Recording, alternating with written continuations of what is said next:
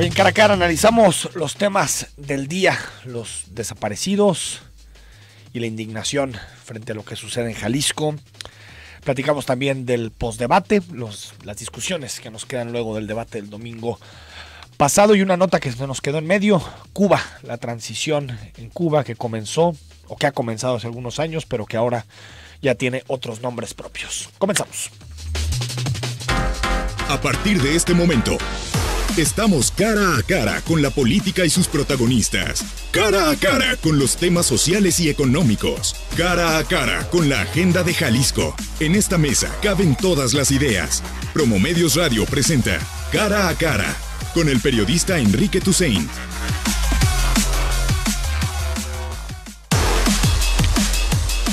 Nueve de la mañana con 5 minutos, totalmente en vivo. En Cara a Cara este día que, pues, con profunda indignación, pues conocimos ayer por la noche los resultados de la investigación sobre la desaparición de Javier Salomón, de Jesús Daniel y Francisco Ábalos, que como usted recuerda desaparecieron el 19 de marzo pasado en el municipio de Tonalá. De acuerdo a la Fiscalía General del Estado, 8 personas participaron en la desaparición de los jóvenes. En este momento hay 2 detenidos, conocidos como Gerardo N. y Omar N., que supuestamente, de acuerdo a lo que señala la Fiscalía, confesaron haber formado parte de la desaparición y posterior asesinato de Javier, de Jesús y de Marco. De acuerdo con las propias investigaciones de la Fiscalía, los desaparecidos no tenían ningún vínculo con el crimen organizado. Uno fue asesinado tras ser golpeado y los otros 2 fueron asesinados y diluidos en ácido. 2 detenidos, estos 2, Gerardo y Omar, con prisión preventiva de 1 año mientras se realiza el resto de investigaciones, y la casa donde los chavos hicieron su video era propiedad de Diego N., también vinculado al cártel Jalisco Nueva Generación. De acuerdo también a las investigaciones de la Fiscalía, la casa fue prestada por la tía para que estos 3 jóvenes realizaran su tarea, sus trabajos que le habían ordenado de parte del Centro de Audiovisuales donde estudiaban cine. De acuerdo también a lo que dice la Fiscalía, pues el resultado, la muerte de estos 3 estudiantes, de acuerdo a lo que dice la Fiscalía, sigo sosteniendo, se provoca o es provocada por el enfrentamiento entre 2 células del cártel Jalisco Nueva Generación. Ayer salieron fiscal de Derechos Humanos, fiscal general del Estado a hacer el anuncio a las 7 de la noche, con una serie de palabras que son totalmente impropias de una investigación, como todo apunta, todo puede ser, tal parece, todo se percibe como. Y después el gobernador colgó 2 tweets en su cuenta personal de Twitter, en donde decía que no cerraba la investigación. Es decir, la Fiscalía estaba diciendo que se acabó, que eran concluyentes todas las pruebas que habían encontrado con relación a este caso. Sin embargo, al mismo tiempo el gobernador estaba diciendo que no, que estaban con los familiares y que ordenaban que se siguieran las investigaciones. Eduardo González, profesor del Tecnológico de Monterrey, especialista, analista político, ¿cómo estás? ¿Qué tal? Buenos días, un saludo, Enrique. Pues qué drama, qué horror, ¿no? Sí, creo que invariablemente el tema, entre comillas, central que nos trae aquí, algunos días de la semana, sea de manera individual o con la mesa de análisis, pues pareciera que independientemente del tema a tratar, el que domina y el que sale todos los días es el asunto de la violencia. Siempre. La violencia, los desaparecidos, la lucha entre los cárteles de la droga. Esta semana nos pues anunciaron que este sexenio se rompe ya el récord de más asesinatos dolosos, sí, que teníamos, que había sido el de Felipe Calderón, faltando pues todavía varios meses para terminar. Y por otro lado, nos damos cuenta cómo en Jalisco los feminicidios, las desapariciones y los asesinatos siguen a la alza, y pareciera que no solamente el gobierno pues no se hace cargo de lo que tiene que hacer, sino que queda la impresión que una parte de la sociedad sigue sin poder aprender con H intermedia lo que estamos viviendo, ¿no? Así es.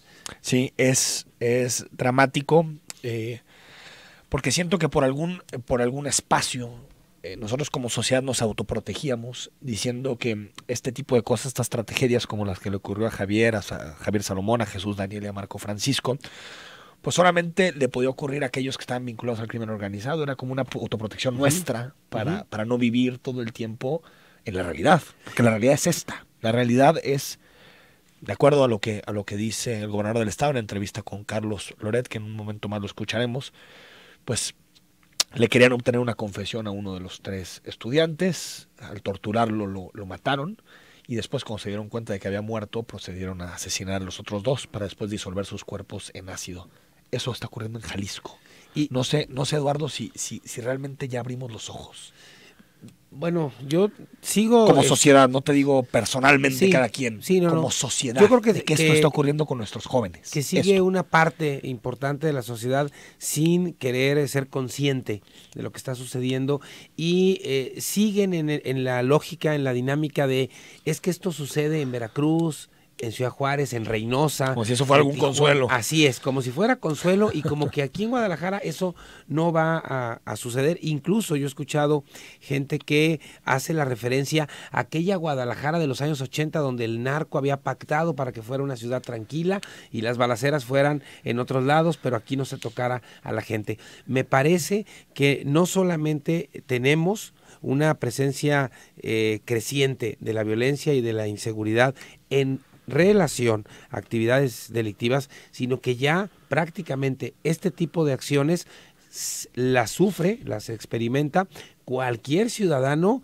que sale de su casa, camina por la banqueta, anda en su auto. Siempre los han experimentado. Lo más común, lo más normal que tenemos hoy en día en esta ciudad. Yo he expresado, lo he hecho en artículos, en comentarios, mis dudas sobre la amnistía que propone Andrés Manuel López Obrador. Bueno, no sé exactamente qué propone, porque en realidad no hemos sabido. Lo único que quedó claro fue la palabra. La palabra, eso sí ya la trae todo el mundo. Pero lo único que puedo rescatar de una propuesta de esas características, que todavía no conocemos el fondo, es que al menos quiere hacer algo distinto. Distinto. O sea, lo que es increíble es que en este país hayan sido asesinadas más de 200,000 personas en 11 años, que hayan desaparecido más de 30,000 personas, y que no haya ninguna idea de la clase política para cambiar las cosas. Ni una sola. Ve el debate. El debate en ese tema, en el tema de la seguridad, es realmente para avergonzarnos de nuestra clase política, que no sea capaz de decir, tenemos que evitar las muertes que están ocurriendo en este país, como casos como los de estos 3 estudiantes. En la Universidad de Heidelberg, en Alemania, existe un barómetro de conflictos a nivel internacional, que estudian académicos diferentes países para ver el grado de conflicto en el que viven. El máximo grado que el barómetro alemán otorga se le llama guerra, es el número 5, y en ese barómetro está mayor violencia. El de mayor violencia, y ahí está ahorita Yemen, Somalia, Siria y un país llamado México. Por el número de muertes. Por el número de muertes, pero además, que eso es bien interesante, porque ellos dicen que en el nivel 5 se experimenta una sistematización y continuidad de la violencia, utilizando la máxima capacidad que tienen los grupos en conflicto para ejercer esto, la violencia. Y en ese sentido, pues ellos dicen, en México, estos 200,000 muertos, frente a los que pueden aparecer en cualquier otra nación africana que tenga hoy conflictos interétnicos, conflictos por poderes políticos, por buscarse apropiar de terrenos dentro de los diferentes países, por yacimientos de petróleo, etcétera. ¿Sí? No son comparables con los índices que tenemos. Así es, lo que tenemos aquí son índices verdaderamente altísimos, que la gente pareciera que vive de repente en otra dimensión. Vivimos. Y que si no es por el caso, 2 o 3 casos emblemáticos como el de los muchachos de aquí en Guadalajara, pues parece que la sociedad no se mueve, porque incluso lo más lamentable es que ni siquiera son solamente ellos. Es decir, podemos hacer la contabilidad y decir, bueno, del 19 de marzo al día de hoy, ¿cuántos han desaparecido en Guadalajara y en nuestro país? Escuchamos al Estuvo en esta mañana el gobernador en entrevista con Carlos Loret de Mola, con el periodista Carlos Loret. Escuchamos, si quieres, Eduardo, lo que dijo con relación a este caso y seguimos comentando. Primero, somos solidarios ante el dolor de la familia y el compromiso que hemos establecido es no dejar esta investigación, seguir con todos los protocolos. Por supuesto que somos solidarios y entendemos la indignación con estas historias de terror que suceden en Jalisco y en otras partes del país. La autoridad lo que le corresponde en este momento es dar resultados, es avanzar, no se escatimó el mínimo esfuerzo y hoy por hoy pues tenemos 2 ya vinculados a procesos, 2 detenidos y de la misma manera pues tenemos todos los elementos que arrojan las pruebas científicas, que esto pues no nos detendrá a ir por los responsables y por supuesto en este lamentable fenómeno de delito, de secuestro agravado. Lo que está sucediendo con nuestros jóvenes pues es un tema delicado en el que tenemos que abordarlo desde otra perspectiva como gobierno. Hemos sido totalmente transparentes, pero sobre todo hemos estado cerca de la familia, entendemos el dolor de la familia y nuestra obligación pues era primero la búsqueda y localización con vida de los estudiantes y por supuesto el castigo a los responsables, dar con ellos, saber qué sucedió, transparentarlo a la ciudadanía con elementos. Eso es parte de lo que dijo el gobernador del estado en entrevista. Me parece, a ver, yo sé que este asunto de las amnistías y eso genera muchas dudas. Yo la verdad todavía ni siquiera lo tomo como una propuesta seria porque no entiendo dónde va, más allá de saber que participará el Papa Francisco. Pero lo que sí sé, Eduardo, es que no quiero que la estrategia de seguridad siga como está. Eso sí me queda clarísimo. Es decir, Peña Nieto prometió hacer cambios con relación a lo que había hecho Felipe Calderón. No hizo ninguna modificación. Lo mismo dijeron los gobernadores. En el caso de Jalisco con la Fiscalía, vamos a trabajar bajo otra lógica. Y mira, los resultados son exactamente lo mismo. Creo que como país tenemos que comenzar un debate serio sobre qué debemos de hacer para que en este país no mueran tantas personas todos los días, tanta gente se desaparezca. Porque tal vez ahorita lo vemos, ahorita tal vez habrá alguien que nos escuche y dice como muy lejano. Ve lo que está ocurriendo. Sí, y a mí me parece aquí, Enrique, que más allá de estar o no de acuerdo en la amnistía, que no sabemos ni de hasta qué que se dé trata, detalles no se puede estar de acuerdo o en desacuerdo, pero no hay detalles. Me parece que más allá de la posición que podamos tomar con respecto a ese asunto, lo que a mí me parece que es mucho más delicado y más peligroso es que exista una clase política bastante amplia insistiendo en que la estrategia tiene que ser la que hemos tenido desde el 2006 para acá. Esa parte creo que me parece mucho más delicada que incluso criticar o estar en contra de la misma amnistía, pero no puedes permitir que la estrategia fallida del 2006 para acá se continúe un sexenio más. Y a ver, yo lo digo con mucha claridad, me parece que lo más pobre de todos los candidatos es la agenda de seguridad. Sí, ahí no les veo ninguna idea nueva, ninguno, ¿eh? No atinan para uno dice un poquito de más inteligencia, otro dice que el ejército siga en las calles. Otro quiere meter al ejército a las prepas. O que las cárceles estén políticos corruptos con delincuentes organizados, cortar las manos. De verdad, ¿cómo se me viene en la cabeza la frase aquella de Martí? Si no pueden, renuncien. Claro. Es decir, si no pueden con este tema que es el fundamental, el más importante para los ciudadanos, me parece que el Estado no tiene sentido, el gobierno no tiene sentido si no puede dar seguridad. Claro, ¿no? Es una muestra clara de la crisis de estatalidad que estamos viviendo, en donde el Estado no solamente ha perdido el monopolio de la violencia, sino que también hay se lo ha dado al cártel, claro, los cárteles. Hay amplias zonas del país en donde la presencia del Estado prácticamente no existe, no hay en ningún sentido, y estos grupos criminales pues han copado esos espacios, y vemos por otro lado la incapacidad de la clase política para enfrentar de otra manera al crimen organizado. Aquí por hacer una tarea y haber estado en la casa equivocada, imagínate nomás en las que estamos, puedes terminar con tu cuerpo diluido en ácido. Es dramático, es imposible pensar en cualquier otra cosa, en cualquier otra agenda, cuando esto le puede estar sucediendo a estudiantes, a jóvenes, a mujeres, a niñas. Se pregunta, ¿qué hubiese pasado con estos 3 jóvenes si no se hubiese movilizado la ciudadanía?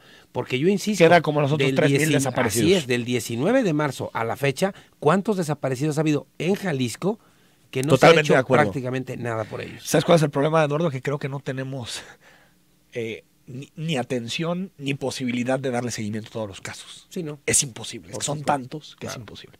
Vamos al corte, estamos en Cara a Cara, 33 18 80 76 41.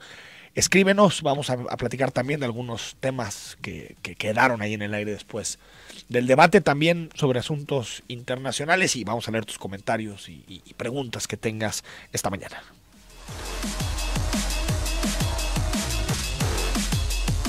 Nueve de la mañana con 24 minutos. Están llegando muchos mensajes, muchas preguntas que leeremos en un momento más. Eduardo González, pues sobre el tema de desaparecidos hay pocas ideas nuevas. Está recién nombrado el fiscal especializado en búsqueda de personas desaparecidas.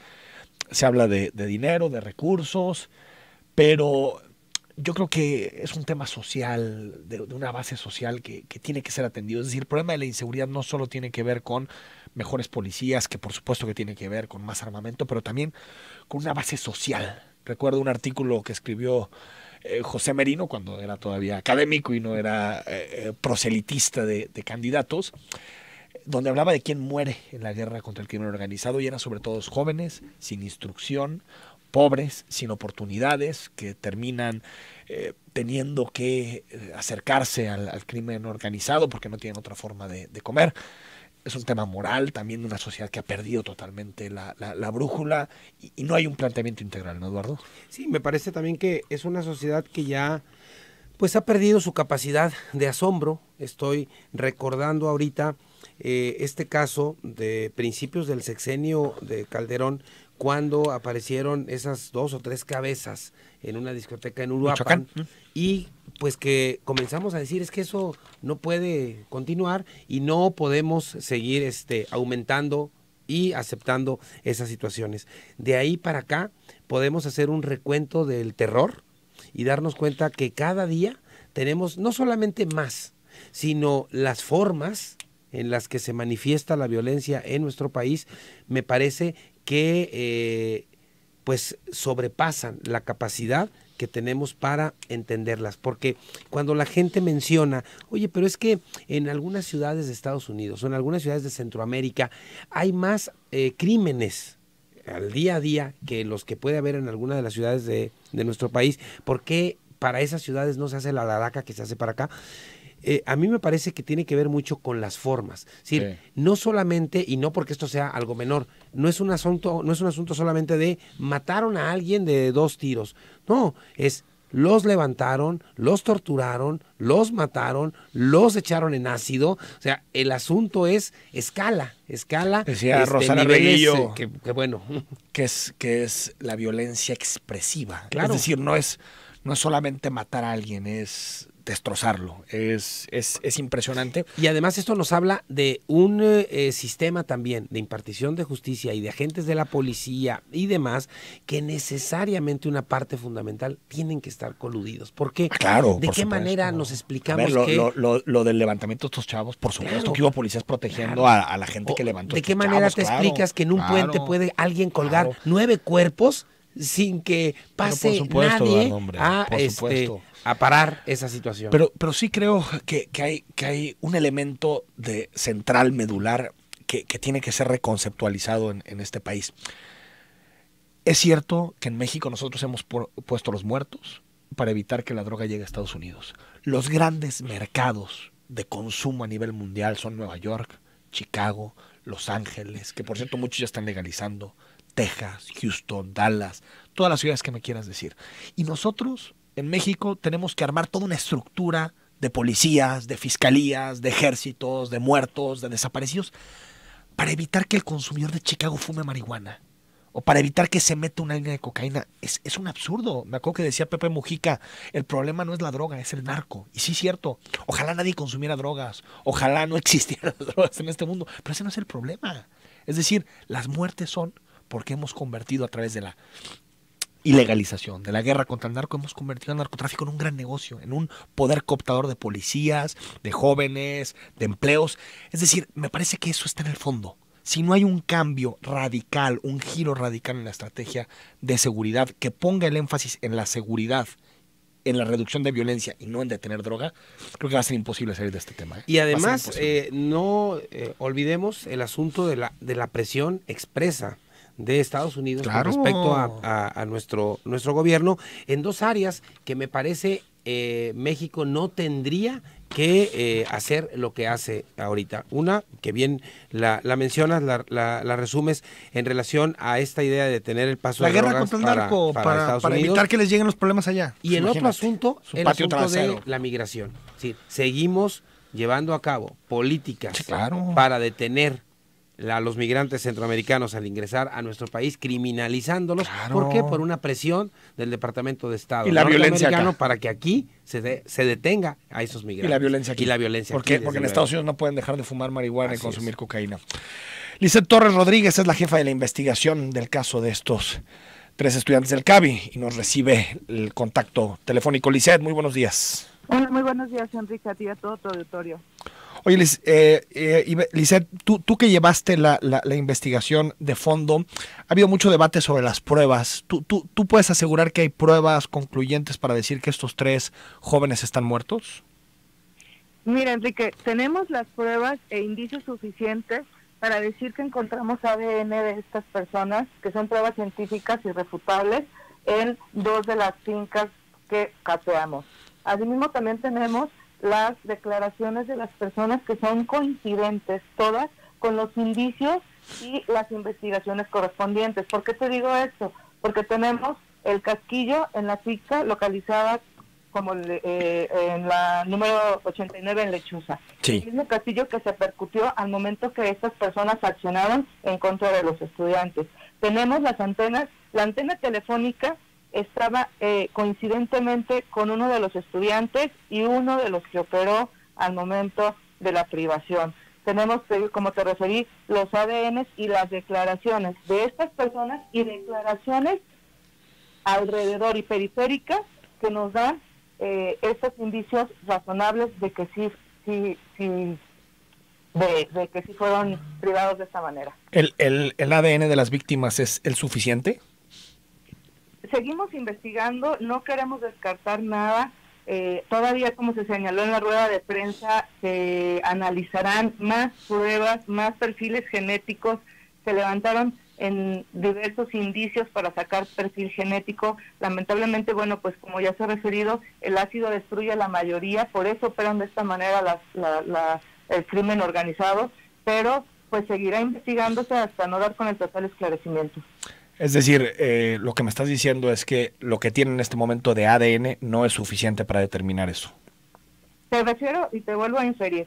Con el ADN que tenemos sí, y las pruebas circunstanciales y directas del asunto, sí es así. Sí infiere lógicamente que es de esta manera. Entonces, ¿por qué, Lisette, el gobernador dice que la investigación sigue abierta? Tenemos muchas más personas por detener, tenemos muchos más indicios que recabar, porque como en este nuevo sistema debes de entender, nada más tenemos la investigación inicial, así se llama y así se denomina en el código. Es una investigación inicial en donde nosotros, con indicios suficientes y razonables, podemos vincular a proceso a estas personas. Sin embargo, nos faltan más personas por detener y todavía nos quedan más en proceso 6 meses de investigación complementaria, así se llama. Entonces, seguiremos investigando, no pararemos hasta dar con todas las personas probables y ya poder acreditar su plena responsabilidad. Entonces, ¿solamente son 8 los involucrados? Es decir, ¿no puede haber nadie más involucrado? No, bueno, dependiendo de las líneas de investigación que se sigan, si se advierte... Pero hasta el momento son 8. Exactamente, son 8.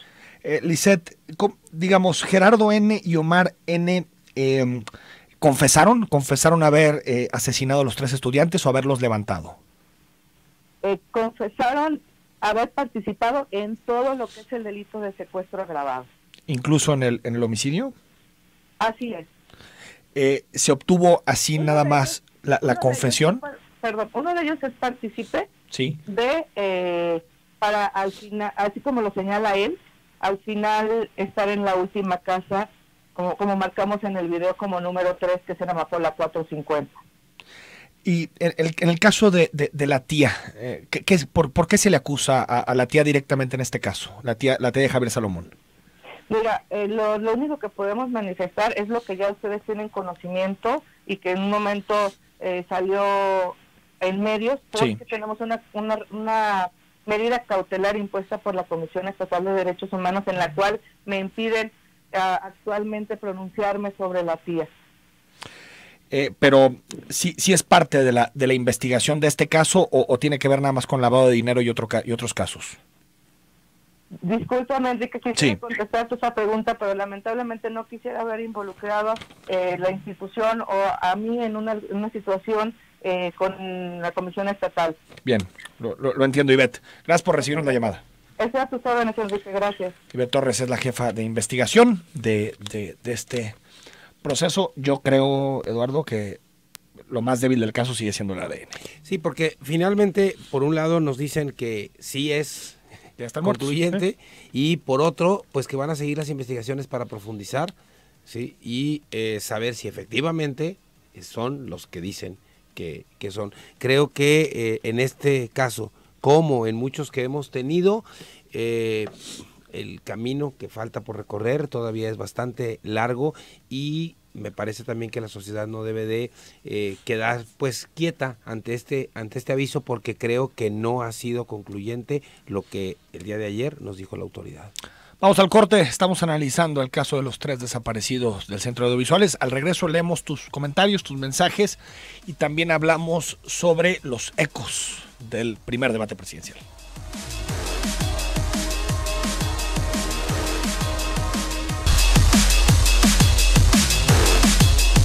9 de la mañana con 39 minutos. Javier Preciado nos dice: buenos días, Enrique. De hacer una investigación así deficiente de la Fiscalía, mi reconocimiento para ellos, pero insisto, el gobernador solo trabaja en problemas donde le reclaman su tibieza ante los hechos. Solo trabaja en problemas donde por los que faltan en Jalisco, se repitió.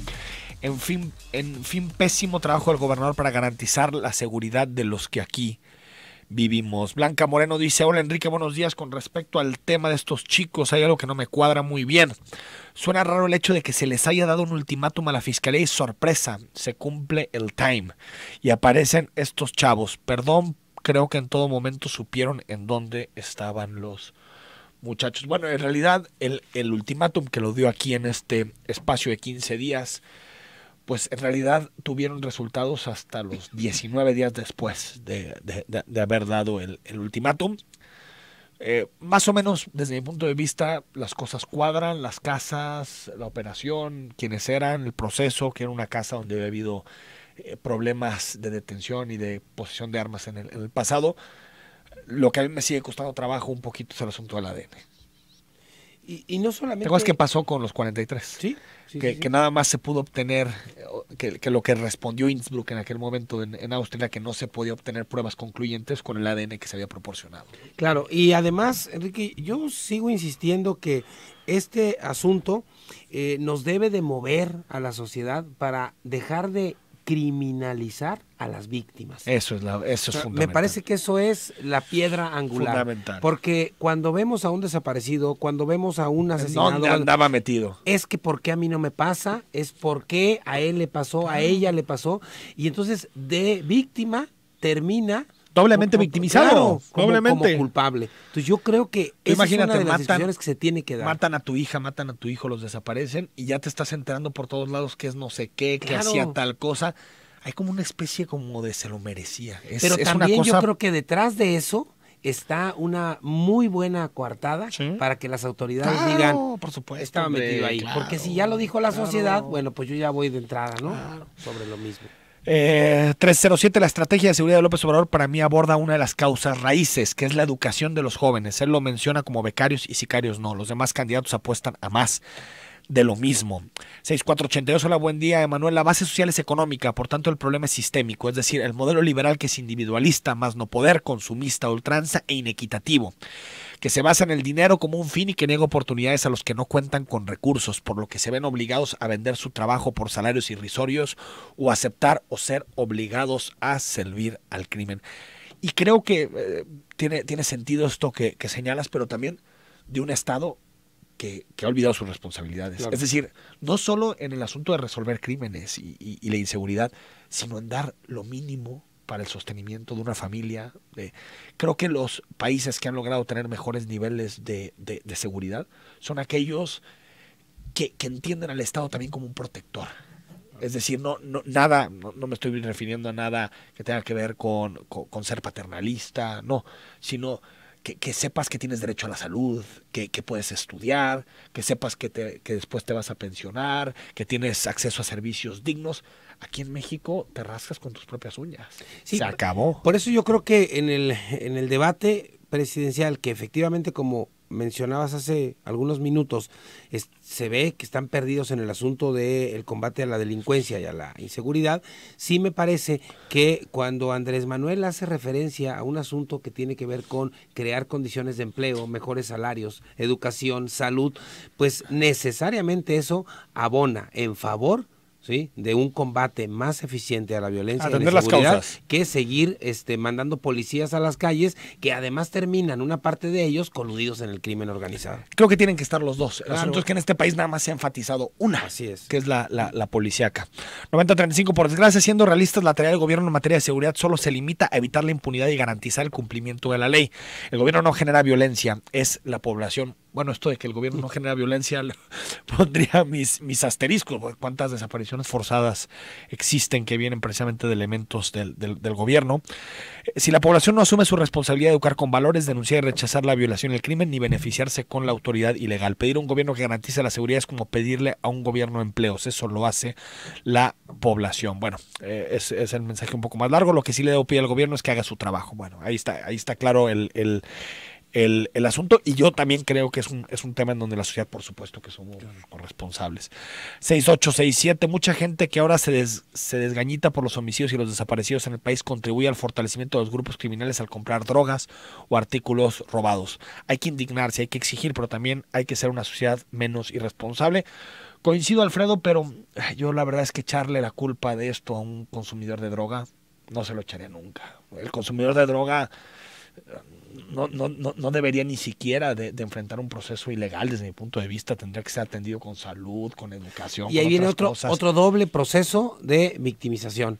Sí. ¿Sí? Nuevamente a los consumidores, ¿sí?, se les carga todas las culpas de la violencia que estamos teniendo en el país.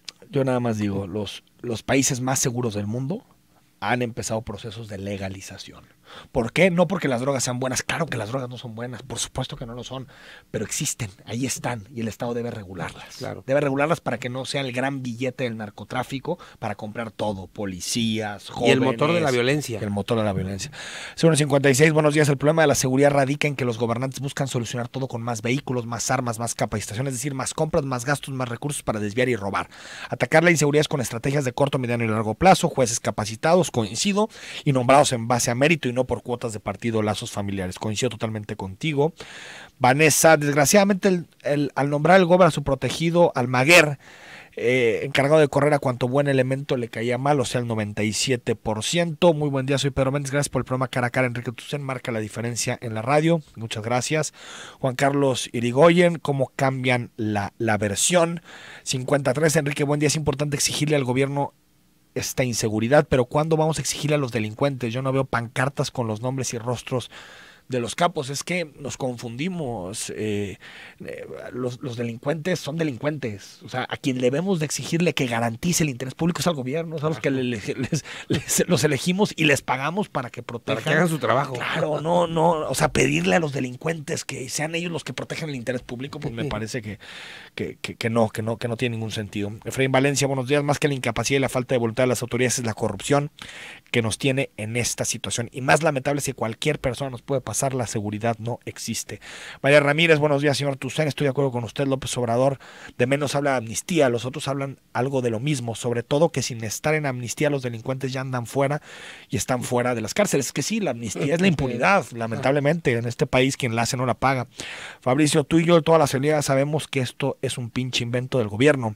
Esa historia no se las va a creer nadie. Ernesto Agraez, la delincuencia y el Estado mexicano se han unido en una simbiosis total. No se puede llegar a estos niveles sin complicidad en los más altos niveles. Marco Carlos, ¿no escuchaste la propuesta de Anaya acerca de atacar al crimen organizado de manera integral, no solo las cabezas? Y puso como ejemplo el caso italiano. El caso italiano me parece interesante, hay que decirlo. Creo que es una de las apuestas más interesantes. Pero Marco, Marco, he escuchado y he leído el proyecto de Anaya, incluso lo que subió a su página de internet con sus propuestas. A mí me faltan muchos comos. Claro que está a favor de la inteligencia, por supuesto, ¿quién no va a estar a favor de eso? Creo que hasta Peña Nieto está a favor de eso. Pero lo que me refiero es que creo que a los políticos les tenemos que exigir los comos. Por eso a Andrés Manuel le exigimos el cómo de la amnistía. Claro. Si él cree que la amnistía va a pacificar este país, ¿cómo? Que nos diga ¿A través cómo? de qué? ¿Con quién se va a sentar? ¿Con quién va a acordar? ¿Quiénes son? ¿Quién saldría? ¿Quién sería beneficiario de esa amnistía? Por cierto, Marco, hablando de amnistías, en Italia hubo una. Sí. Sí, y además en su momento los comos que se han echado en marcha aquí en el país del 2000 para acá, 2006 para acá, no nos han dado resultados. Es decir, hay que trabajar, hay que construir otras formas de enfrentar el crimen. Yo creo que hay que dejar de pensar en las mismas soluciones de siempre. Hasta que Andrés Manuel no diga qué se refiere con la amnistía, no puedo estar en desacuerdo o de acuerdo, porque no sé exactamente de qué se trata. Lo que sí sé es que la estrategia de seguridad en los últimos 10 años en este país ha sido un fracaso monumental. Vamos al corte, seguimos leyendo tus mensajes y platicamos de algunos temas del debate y también lo hemos dejado pendiente el asunto de Cuba.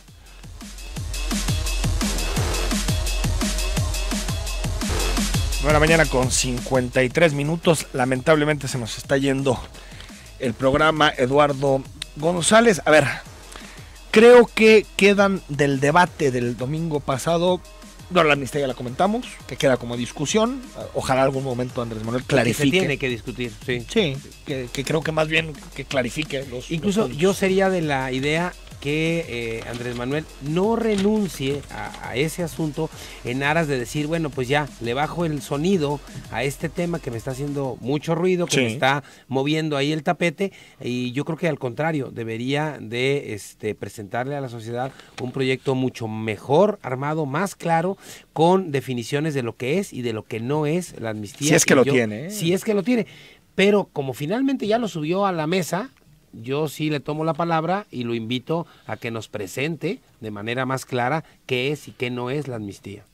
Los departamentos de AMLO también quedaron. Sí, bueno, esos departamentos lujosísimos de 75 metros cuadrados en el Paseo de la Salmonela, cerca de la UNAM, han de ser verdaderamente lujosos esos departamentos. Ojo, no son lujosos, pero creo que sí es una irregularidad que no los haya puesto su 3 de 3, ¿eh? Digo, él dice, es que ya los había heredado, el problema es que siguen a su nombre. Sí. Siguen a su nombre. Digo, puede ser que los heredó, yo no sé, realmente, porque lo que explica es que... Bueno, están en un proceso de intestado, ¿no? Pero siguen estando a su nombre. Sí. Creo que él debió haber puesto en su declaración patrimonial, oigan, está en esta situación, está en litigio, pero aparece a mi nombre. Claro. Tiene de malo si no son departamentos que son... 20 años que los tiene. El papel del Bronco. Qué cosa tan lamentable el Bronco, Yo creo que lo más lamentable son dos cosas. La primera, de cortar las manos. La primera, que esté ahí. Sí, bueno, que es un tramposo. O sea, ese es un asunto. Aparte, bajo sus reglas, pues no le iría muy bien. Sí, y el otro asunto de proponer, esto es una barbaridad, pero yo creo que todavía es mayor el despropósito de estar incluso discutiendo pues los decires de este personaje. Yo creo que es alguien que no solo no debería de estar ahí, sino que no abona en absoluto a un proceso democrático en nuestro país. A ver, algunas mentiras que se dijeron en el debate que lo tiene verificado. De entrada, eso me parece muy importante. Muy interesante. Mentiras, sí. Jaime Rodríguez, por ejemplo, el Bronco, dijo, Nuevo León es el único estado que ha bajado los índices delictivos. Pues no. Así es. Falso. También, ¿en cuántos estados aumentó la violencia a partir de que lanzaron la nueva estrategia? En 29 de las 32 entidades federativas, dijo Anaya. Eso es verdadero, de acuerdo a lo que dice verificado. De 2011 a 2014 bajó mucho la delincuencia para después volver a subir. El dicho del candidato es verdadero, de acuerdo a verificado. Estos son en materia de seguridad. En El Salvador se fueron a 108 homicidios por cada 100,000 habitantes, es decir, 5 veces más en el país, dijo Ricardo Anaya. Y en este momento estoy ubicando se dice que la opinión del candidato no se ajusta a la realidad.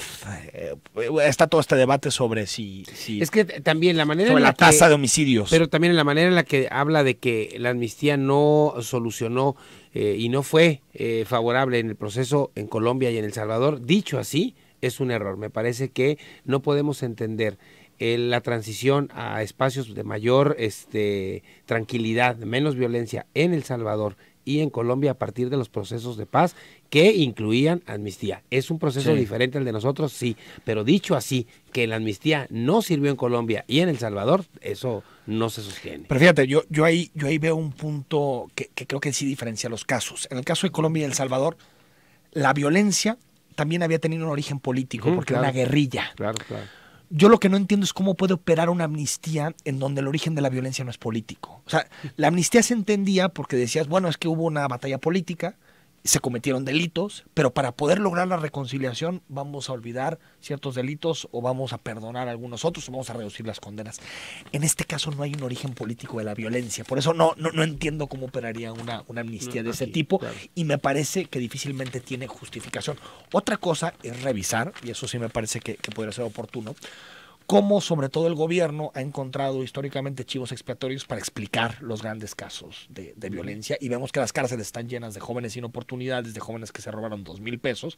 Eso sí creo que es oportuno revisarlo, claro. Pero no necesariamente como amnistía, sino como justicia, me parece. Dice Pati Alcalá, buenos días. La propuesta de López Obrador, además de contener la amnistía, se acentúa en que la violencia no se combate con más violencia. Gustavo Cortés, las víctimas siempre son estigmatizadas, falta depurar los cuerpos policíacos, ministerios públicos, jueces. Recuerden que al inicio de la administración existía descoordinación y disputa entre la policía municipal y la fiscalía. Pues yo no sé si al inicio, creo que siempre ha habido. Dice Diego Íñiguez, buenos días, pero ya existe la amnistía al pactar desde la década de los 80 con los grandes cárteles, se les dio amnistía hasta el día de hoy al darles protección e impunidad a cambio de dinero. Francisco González, saludos Tusein, ¿por qué tanto miedo le tienen a AMLO si el PRIAN tuvieron muchas oportunidades? 867, yo estoy de acuerdo con el Bronco, es necesario cambiar radicalmente. Miguel Ángel, ¿qué tal? Enrique, primeramente felicítate por el programa, y con respecto a la inseguridad que vive nuestro estado y nuestro país es cada día más preocupante.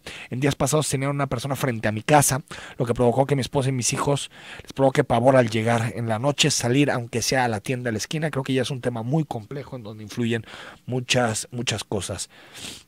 Alfonso Enrique, buen día, excelente análisis de lo exhibido por la Fiscalía, qué tragedia para los familiares, y de acuerdo, te agradezco mucho por tus comentarios, estimado Alfonso. Jorge Romo, buenos días, entre más ataquen a López Obrador, más va a subir en las encuestas.